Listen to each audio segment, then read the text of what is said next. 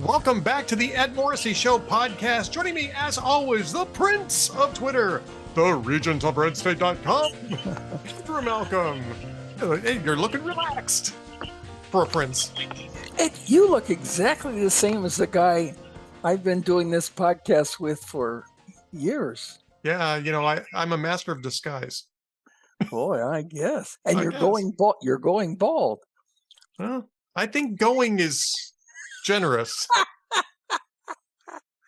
I think that's a generous way to look at things, but thank you, my friend, for pointing that out. I think the news broke on that this week, but unfortunately it broke on CBS News Radio. Oh my gosh, isn't that something?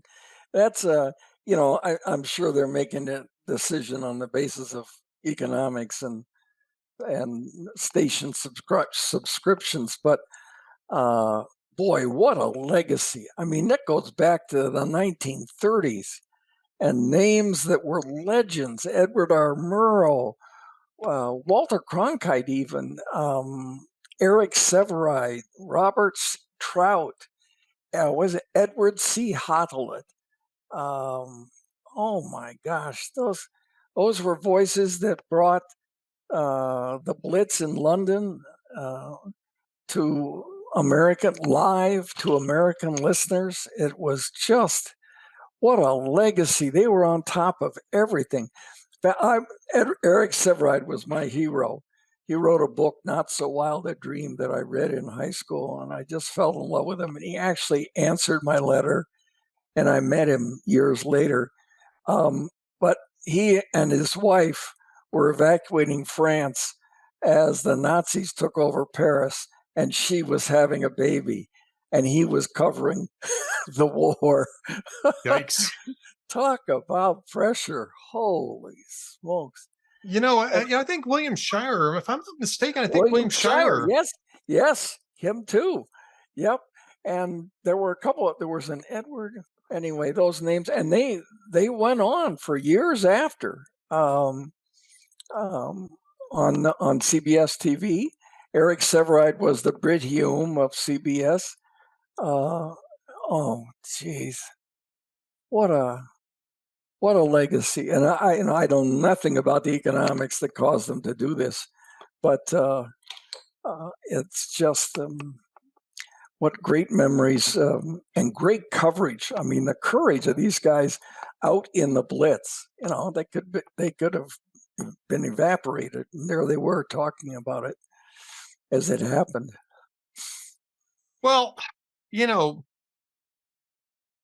I work for a radio network, right? So I got to be a little careful about this. But the problem with CBS News Radio is that it just didn't have very much compelling content. And that's actually the problem with CBS News on television at the moment, too. It's one of the reasons why they brought on Bari Weiss, right? Which is that they're not really offering compelling content.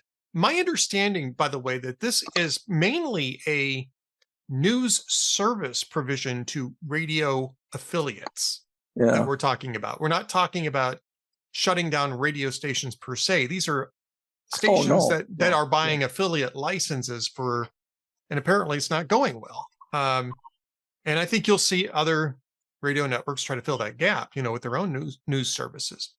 But or maybe the Associated Press too, which has its own radio distribution.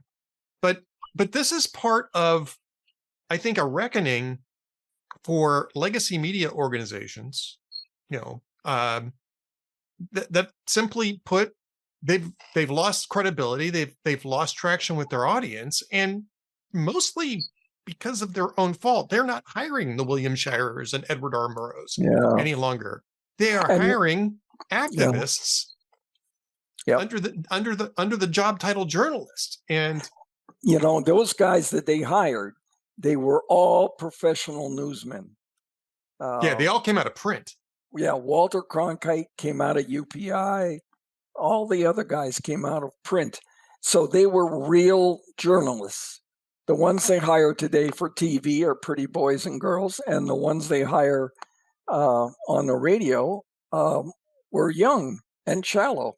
And no sense of history, just exciting short news bursts that, I mean, it's like eating one M&M. It's useless. Eating one M&M, having one Frito-Lay's potato chip. But we're not sponsored by anybody here at the Ed Morrissey Show, and I want to emphasize that point because we wouldn't mind being sponsored by people here. That's right. Like That's HEB, for instance. With their delicious, nutritious, soft drinks. I already finished my Diet Coke, but I'd be open to that sponsorship. Well, there you go. See, and we are just scratching the surface of all the possibilities here for. That's right. Yeah. That's right. Yep. Yeah, that was pretty sad. Let us not ever do that again. Okay.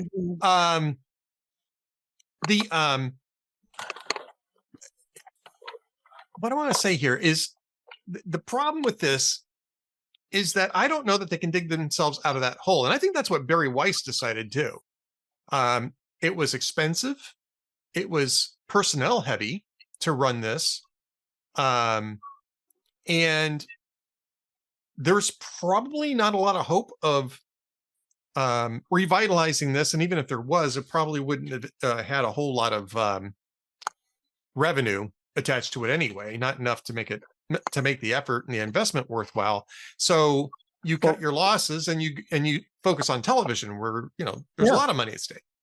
So think about it. If you hear there's a big news story breaking, or if you want to make sure you don't miss a breaking news story, if you're driving, of course, it's radio, but otherwise it's your phone or your laptop, I mean, or television. You don't think to go run into the kitchen and turn on the radio as my family did when I was younger. Right. Yeah. Much younger. Yeah. Well, I think that there are people who still do rely on the radio.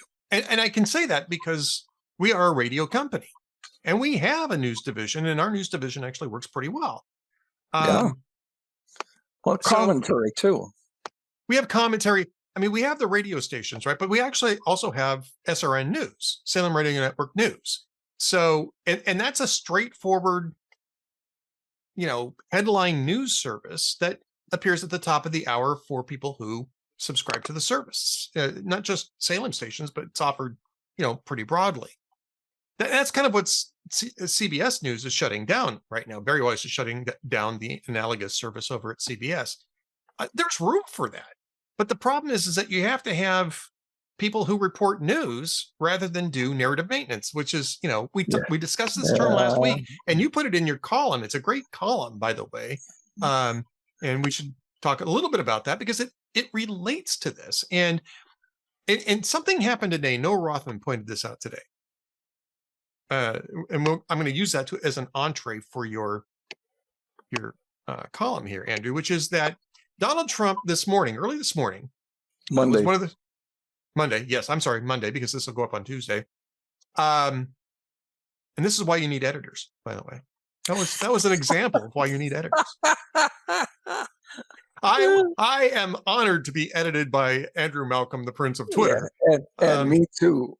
Noah Rothman, maybe not so much. No, I'm kidding. Noah used to write for us. He's a friend. I'm just joking around. But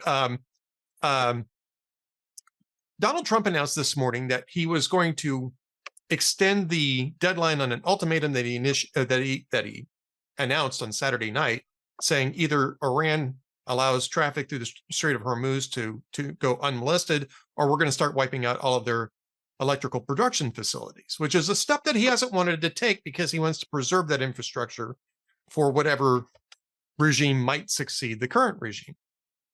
And of course, Iran said, well, we're going to bomb everything in sight, which they've been kind of doing anyway. So this morning, which was about 12 hours, I guess, prior to the end of the ultimatum, he announces we're going to wait 5 days because Iran's starting to talk to us. And we might be able to get, they're starting to talk seriously. We might be able to get what we want out of this. He's not suspending anything else. He just isn't going to enforce the ultimatum until Friday night, right? This is what the announcement was, or maybe Saturday night, whatever you count 5 days off of.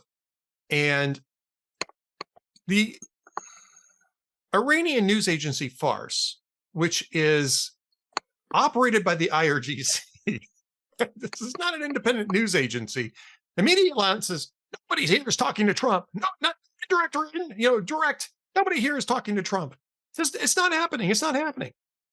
Barak Ravid, who reports for both Israel's Channel 12 and for Axios here in the United States, and is a pretty reliable guy, reports almost at the same time that, yes, there are indirect talks taking place at the behest of Egypt, Turkey, and Pakistan, who've arranged to talk with somebody. Now, Donald Trump's True Social post had a very interesting construct in it, which was that he said that he was talking with the country of Iran, which I tend to think means that he's talking about the civil government and not the IRGC. So I don't think anybody in the IRGC is talking with Trump directly or indirectly, but that doesn't mean that talks aren't taking place. And I'm certainly going to take Trump's word over Fars's word on this particular point. So Noah Rothman says, the American media immediately leaps into this saying Donald Trump is, is he really talking to somebody? Is he really talking to anybody? Is that really true? Is Donald Trump lying to us? And Donald Trump doesn't know what he's doing. And it's, Trump always chickens out Monday, Taco Monday rather than Taco Tuesday, blah, blah, blah. I'm thinking, you guys really don't learn anything. What a damn thing. And if you think that you're going to rely on farce, I get politicians lie here. Okay, I get that. But I'm not going to use farce as evidence that there's lying going on here. It's absurd. That's the IRGC's mouthpiece. And yet, as Noah Rothman points out over at National Review, everybody seems to have just leapt to the conclusion that farce is telling the truth and Donald Trump is lying. The same way they trusted Hamas's casualty numbers in Gaza. Yeah. Yeah, the Gaza Ministry of Health. Yeah. So right up there with the Gaza Ministry of Truth. Look, and I'm not saying that Trump isn't beyond BSing his way through things. We've seen him do it, right? So it's not that the possibility doesn't exist, but it's pretty clear, I think, what the strategy is here. The strategy is to try to separate the civil government away from the IRGC. There's clearly a vacuum at the top now with all the leaders being killed in the first, hours of the war. And I think they're trying to promote this idea that there's infighting, or at least trying to push on some fault lines here to get some infighting going so that the IRGC will collapse and you can get what you want from the successor being, as it's not good either, but the parliament and the president, Pezeshkian. And you'll notice that they've been targeting IRGC and Basij leadership. They are not targeting Pezeshkian. He's out there. They could find him if they want to. They just don't want to. They, Galibov, I think, is the parliament speaker who's associated with the IRGC, but he's a parliament speaker now, and he's part of that elected government. And the other people that apparently haven't been hit are the regular army leadership. And I suspect what's happening here, and anybody with half a brain could probably figure this out, or at least come up with the hypothesis, is that what Trump wants is he wants the civil government to split from the IRGC, because the IRGC clearly is trying to conduct a coup here and install a military junta, and perhaps peel the regular army off, whatever assets there are, though probably all infantry, so that the regular military throws in with the civil government, ousts the IRGC, and starts cutting deals with the West. Now, that's not the best outcome. The best outcome would be that the whole regime collapses and you have, peaches and cream flowing in Tehran and everybody's part of a new completely free democrat republic. But it's a lot better than some of the alternatives, including you can bring an end to the war and you can restore shipping through the Strait of Hormuz without destroying literally everything in the region to get there. And I'm just amazed that nobody can count to 5 in the media these days. Well, that's why they come here, listeners, because they have you to count on. And you, because talk about your column, and you. Yeah. Well, I think your theory is really good. It's also an example of the dangers of military intervention like this. Yeah. Barack Obama joined the European countries in seeking to oust Muammar Gaddafi. It took them 9 months, and they did. But what they got was not a free Libya. They got a lawless state with militias and terror training groups fighting amongst each other. And now Mideast powers like the Emirates picking sides, and Turkey picking a side. I mean, it's a mess. Now, Libya, it's got oil, but it's not like Iran. It's not as important as Iran. And Libya, Gaddafi, gave up his nuclear weapons arsenal in 2001, and the deal was, we'll leave you alone. And then the West went back on the deal 10 years later. So if I was Iran, I wouldn't agree to any deal in North Korea that the West will honor them if they give up their nuclear weapons. But you know, we're facing I hope not, but a potential civil war if we have the army, as you mentioned, and the Revolutionary Guard on opposite sides end up fighting. And remember, it's not the Iranian people. The Iranian people is a huge mix of all kinds of ethnicities, including Kurds and Azerbaijanis and Shia and Sunni, and they've all been arguing. They were suppressed, but they've all been arguing for their own independence. So you could have an Iran without the stern, ruthless leadership of the mullahs flying apart and everybody fighting each other. And I mean, that's a mess, but that's what happened. Wars are messy. And as General Mattis said, the problem with finding peace in a war is it takes two sides, and the other side has a say. I don't know about you, Ed, but after all these years since 1979, with the mullahs and their armed forces taking over, I don't think they're going to quit this quickly.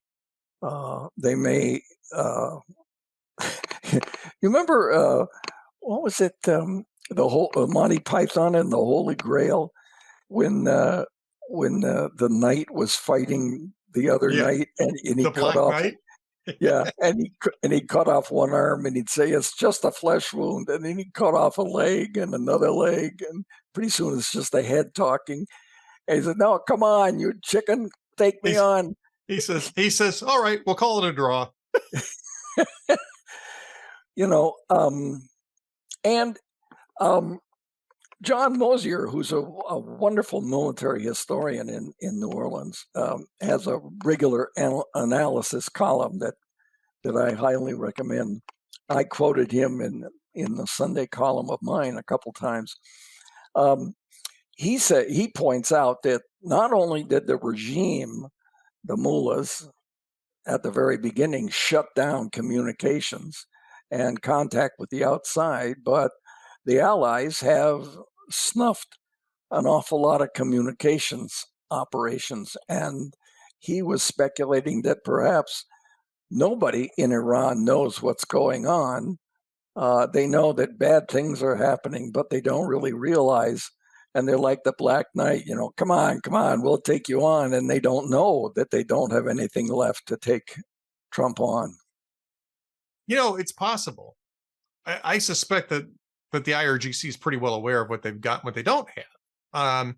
And right now, their missile capacity seems pretty resilient.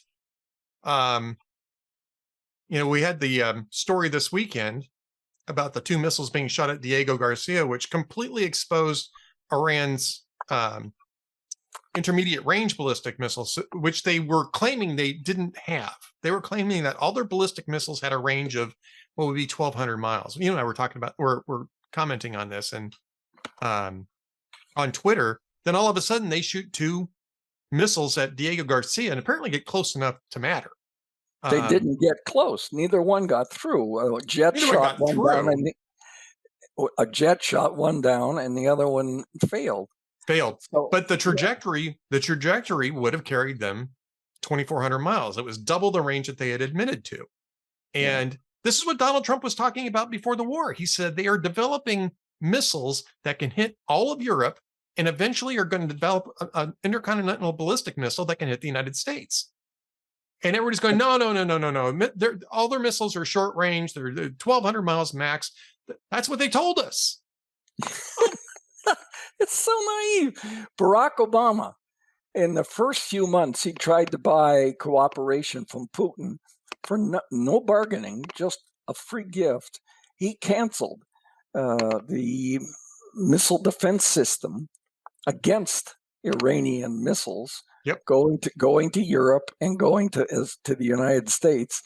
I guess he must have believed them too. He canceled it in Eastern Europe without alerting Poland and the Poles were furious over that. I remember that. That was 2009. It was his first year in office. Yeah, right. And to add salt to the wound, Obama canceled his trip when the Polish president got killed in a plane crash. Accidental plane crash. He canceled his trip to the funeral to play golf. So he played golf after the Japanese tsunami too. So he bought it, and of course Putin said, "Well, thanks very much," and then he sold a nuclear reactor to Iran, and it's still operating. Yeah, and an air defense system, which didn't, which is no longer operating. Yeah, which and it wasn't operating very well in Venezuela. So, and that was Chinese too. So, we are so naive. And here's the thing, and this is a personal thing. I don't think, and Trump must know this. He wrote in his book that the most important thing in negotiations is the willingness to walk away, to just throw it away. But we'll see after 5 days if he walks away. He has not in the past when it comes to Putin. He's not walked away. Lots of deadlines, lots of ultimatums, and he doesn't walk away. And so Putin knows it and continues to play. Well, I hope he doesn't, as far as Iran is concerned, because while Putin's threat to keep on annexing European countries is more distant, the Iranian threat for having nuclear weapons that can be delivered to people who are non-believers, that's very real. And he needs to snuff it now. And I don't think experience, what was it? How many years? 40? Almost 40 years? 47? Yeah. All these years, death to America. They've been fighting a war for 47 years against us. We haven't been engaging, but we've been trying to buy them off. How many billion did Obama send? We've been trying to negotiate. They have nefarious negotiations, which aren't true. Finally, Trump drew a line.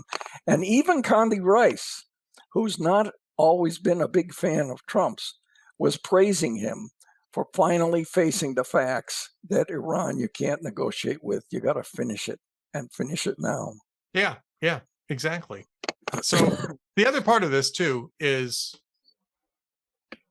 it doesn't really cost us anything to wait an extra 5 days.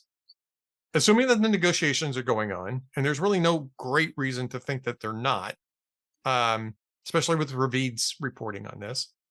And this is, by the way, one of the reasons why I tend to follow the Israeli media, which is also, because if you understand politics in Israel, everything's to the left of America. It's really just is. Conservatives are to the left. Yeah, same in Canada. Canada is at least as bad, right? But the media tends to get things right because the media is really invested in getting the data out there. It's just a different it's media environment. Iran is existential to them. Yeah, it is. It is. Yeah, And this goes beyond partisan concerns, right? yeah, So yeah. even Haaretz, which is way left, is probably getting most of this right. Although Haaretz is kind of like the Guardian in terms of its reliability. Yeah, it's all right. But stick with the Times of Israel and the Jerusalem Post, because those are the most newsy news outlets that you've got there. KAN's pretty good. Channel 12's kind of good. Channel 12 is sort of like a little glitzy sort of thing, but Times of Israel and Jerusalem Post do real reporting, and they curate wire services reporting that relates to Israel. So if you're interested in following what's actually happening without the filter of narrative maintenance, as Andrew and I point out, and Andrew quotes in his excellent essay this week, check that out. I would suggest following it there. Now,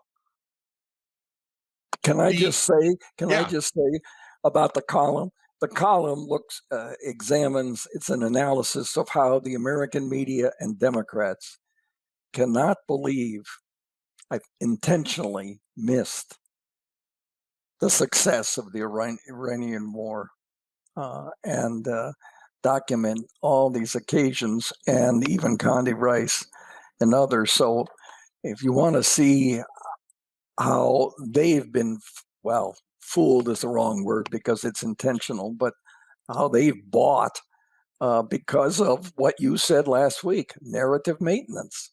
yeah. Everything Trump does is bad. It has to be bad. Therefore, winning a war by Trump is not acceptable, even if it's America's security at risk. I do have to say, though, I'm very impressed to be living in the age where of the very first 3-week quagmire ever. Very first. Oh, well, I The ran quagmire when you have air supremacy over the entire country that you're fighting, and you've sunk all of their navy in daylight. in daylight. Yeah, in daylight. Part of the column was listing some past wars and how long they lasted.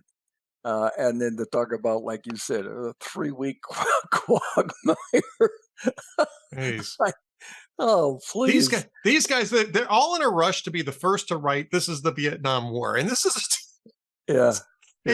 it's. I understand what they're trying to do, but we have gotten to the reductio ad absurdum stage of narrative maintenance. They were all rushing to write quagmire on day 3 of this thing when it didn't finish over the weekend. Yeah, and these are the younger reporters and writers and editors, for that matter, who are eager, desperate, I would say, to find reasons for a Trump failure, or even phony evidence for a Trump failure. I mean, CNN story, making it up. My God. I mean, people are saying, "Well, Trump doesn't have a plan." How do you know? It's been 3 weeks. It's 3 weeks. Yeah. Do you think he's going to share the plan with you? It kind of reminds me of that scene from Airplane where the lead character, the pilot, is talking to his girlfriend in that scene that's supposed to be from what's that? From Here to Eternity, where they're making out on the beach and the wave crashes over them, and the wave actually crashes way over them, and it shows him supposedly from the ground up, and he's got kelp in his hair as he's talking to Julie Haggerty, right? And he says, he says, "Oh, we're shipping out tomorrow. We're gonna fly over Macho Grande. I got 3 squadrons. We're gonna hit this, this, this, and this." And she says, "Well, when are you coming back?" He says, "I can't tell you that. It's classified." Yeah. This is the most. Well, I suspect. I mean, I hope that some of the what's the word? Unidentified sources. 3 unidentified sources who are familiar with the situation when they're talking about what Trump is considering, I hope it's hot air and blather or Oh, false. hey, watch out with the hot air stuff. Oh, yeah, sorry. Yeah, steam, Steam. There you go. Yeah.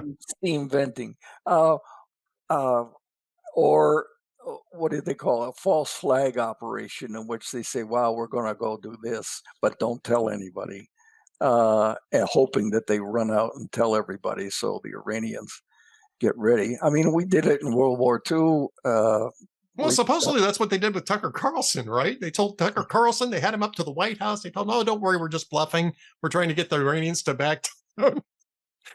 Now, I don't know if this has been confirmed or not, but this is a story that was going around because Tucker was at the White House and they did talk about this. And apparently, as the story goes, we'll find out somewhere down the road how true this was.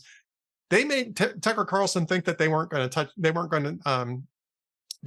to attack. So he would go back and tell them that they weren't going to attack. I don't know how true that is, but it certainly. Well, yeah. I mean, these stories, even World War II, they got a homeless body and they planted invasion plans on it, and the submarine dumped it just off the French coast or the Spanish coast, so the Germans would find it, and they bought into it that the invasion was going to be on other beaches, not the ones where they were really going. Yeah, I mean, war is hell, but war is hell. That's good enough. Just talk about it that way. Yeah. All right. Well, go read Andrew's excellent article over at redstate.com. It sounds like Andrew is missing the audio here. Not sure why. There you go. Are you hearing me now, Andrew? I hear you now, but I was getting a message, unstable network connection. Maybe that's what we should call our podcast from now on. Stable network connection with Andrew Malcolm and Ed Morrissey. These guys are pathetic. Hear them now. Yeah, hear them. Spend a half an hour with them, finding out just how pathetic they are. You'll be laughing at the end, trust me, because we have jokes of the week, which is, of course, what's coming up now. Oh, great. Well, let's see. I got a couple. You go ahead. All right. So an officer in a small town stops a motorist who is speeding down Main Street. The man starts to say, "I can explain." And the officer says, "Why don't you just be quiet? I'm going to let you cool your heels in jail until the chief gets back." And that guy goes, "Officer, please let me explain." He says, "I told you to keep quiet. You're going to jail." So he hauls him off to jail.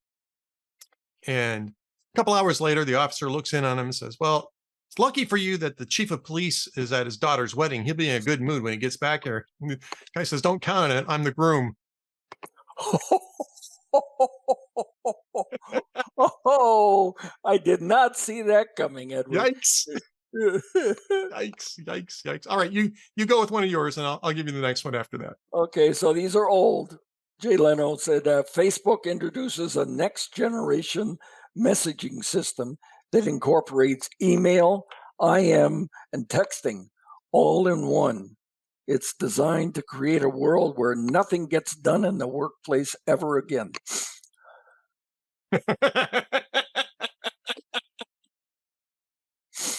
Somebody got me a mug one time. It said something like, I'm trying to remember what it is. It's great. I normally be able to get this multitasking. A great way to do two things half as well as you do one of them, or something, words to that effect. Yeah, I love stuff like that. Yeah. All right. That wasn't my joke though. Here's my joke. Mailman's going around on a Monday morning, going on his usual route, and he sees one of his usual homes that cars are in the driveway where normally people are at work, and the homeowner is coming out with a load of empty beer and liquor bottles, right? And the mailman goes, "Wow, Bob, you guys had one hell of a party last night." And Bob says, "Well, actually, no, it was Saturday night. And I'm just getting over it, man. I've been sick ever since." And he said, "Well, it must have been really great." And he said, "Well," he says, "we had about 15 couples over from around the neighborhood for the party. And it got a bit wild." He says, "It got so drunk. We all got so drunk that around midnight, we started playing Who Am I?" And the mailman says, "Who am I? How do you play that?" He says, "Well," Bob says, "all the guys go into a bedroom and we come out one at a time with the sheet covering us and only our privates showing, right? Through a hole in the sheet. Then the women try to guess who it was. And the mailman laughs and says, damn, I'm sorry I missed that. And Bob says, yeah, it's probably a good thing you did because your name came up 4 or 5 times. Oh, hell. Hey, who am I? I have one more, and Okay. it's Jimmy Fallon, an old one, said the Senior Olympics were in California last weekend, but 90% of the athletes tested positive for Ensure. And the Chinese gymnasts claimed to be 90, but they were only 86. Wow, that's a scandal. No, that's a scandal. All right, I got one more for you. Okay. This one, it's a puzzle, so you have to answer, okay? I'll try. What do you call a person who can speak 3 languages? Multilingual, Multilingual, okay. What do you call a person that speaks 2 languages? bilingual, Bilingual is correct. What do you call a person that speaks 1 language? monolingual. American. Yes. Yeah. All right. Well, I got that one from Jokes of the Day, and I was scrolling past it as we were talking. I was like, I'll throw this one in there. Andrew will appreciate this one. There's a quick personal story. Many years ago, I was in Denmark, and I was in what do you call it? Not Copenhagen, out in the country. Amsterdam? No, in Denmark. Oh, in Denmark. I'm sorry. Yeah, that's another country. That's Holland. Yes, I'm sorry. Yes. Yeah. That was the joke.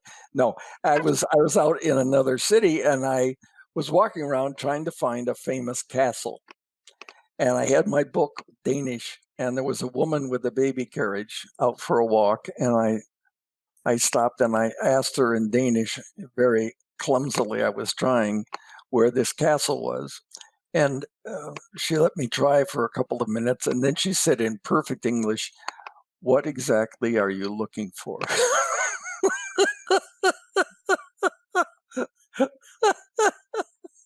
Yeah. Well, at least you made the effort. Americans don't usually. Americans do not usually make the effort. Yeah, and I got to tell you, and again, I traveled to Rome and Italy a little bit more broadly 4 times, right? And you can get by with English unless you get in a cab. They do not like to speak English in cabs. They want to speak Italian, and they're very irritated with you otherwise.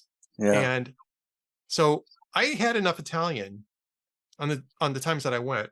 It's extremely rusty now. I'd have to go back and start over again with it. But I knew enough Italian to be able to have these conversations, and I never had a problem with the cabs, except one time. And it turned out it wasn't my problem. I gave him the correct number for the street where he was supposed to take me, and it occurred to me he was going the wrong direction.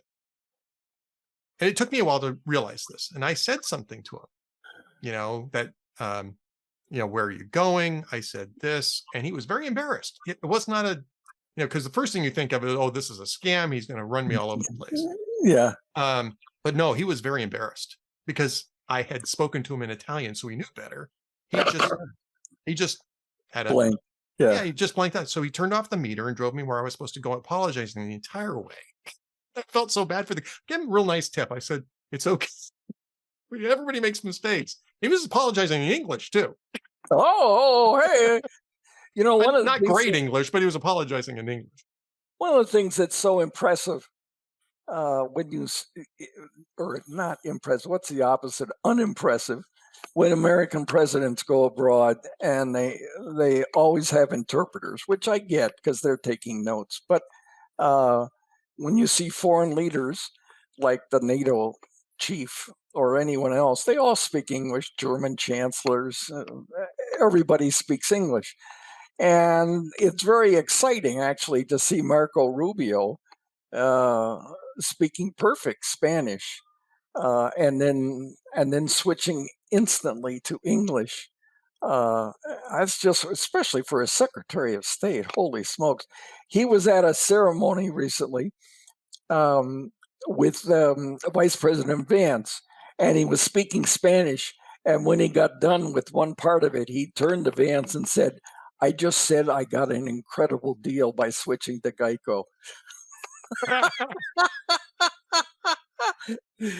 Rubio is so smart. Yeah, he's sharp. He's very sharp. Yeah. All right, well, that's it. I mean, we've kind of gone over time. We told more jokes, I think, on this show than we've told in the last 4 podcasts. So what the heck, right? Well, that'll get our subscription numbers up, and we'll get some sponsors. Yeah, that'll double our sponsorship for this podcast. All right, Andrew Malcolm, the Prince of Twitter. What's up with that? What's up with that? What's up with the lack of sponsorship? That's what I want to know. Andrew Malcolm, the Prince of Twitter.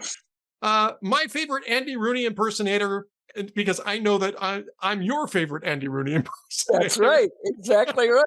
CBS Radio, by the way. CBS Radio is where Andy Rooney came from. That's right. That's right. All right. Andrew Malcolm, Prince of Twitter, at AH Malcolm on Twitter. Go over to redstate.com. Be sure to read his columns over there. And we'll be back again next week, folks. We sure will. Take care. Thanks, Ed.